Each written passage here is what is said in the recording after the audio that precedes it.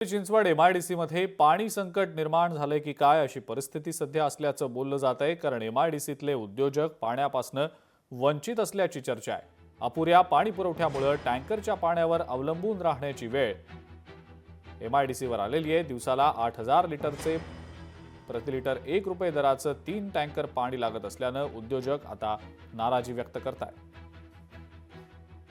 साधारण 2 ते 3 वर्षापासून पाण्याचं शॉर्टेज आहे। स्टार्टला आम्ही नवीन कंपनी चालू केल्यावर त्यावेळी भरपूर पाणी मिळत होतं, इथं उपलब्ध होतं।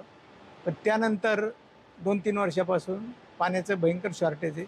त्यामुळे आम्ही दिवसाला साधारण 24,000 लिटर पाणी गरज पडली तर टँकरद्वारे टाकतो। ते पण पिण्याचं पाणी, कारण आमच्या कामगारांना पूर्ण पिण्याचं पाणी पुरवणं आमचं कर्तव्य पहिलं। त्यामुळे आम्ही दुसरं कुठलंही पाणी वापरत नाही।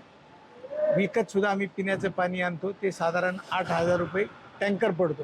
म्हणजे 3 टँकर दररोज लागतात। 3 टँकरचे 24,000 रुपये आम्हाला दररोज मोजावं लागतात। बरेच वेळा आतापर्यंत एमआयडीसीतल्या अधिकाऱ्यांबरोबर पाणी पुरवठा विभागाचे असतील किंवा जे चीफ इंजिनियर असतील त्यांच्याबरोबर पाठपुरावा पण आपण केलेला आहे। तर त्यांनी गेल्या 5 वर्षापासून एमआयडीसी म्हणते की आम्ही आता पाईपलाईन बदलतोय सगळीकडच्या। साधारण एक 56 ते 58 किलोमीटरची लाईन पूर्ण एमआयडीसी परिसरामध्ये बदलण्याची आपल्याला गरज आहे।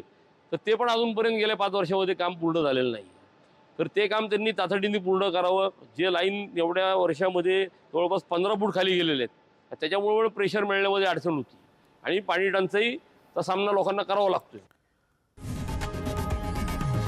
लोकशाही मराठी ऐका, पहा, जागरूक रहा।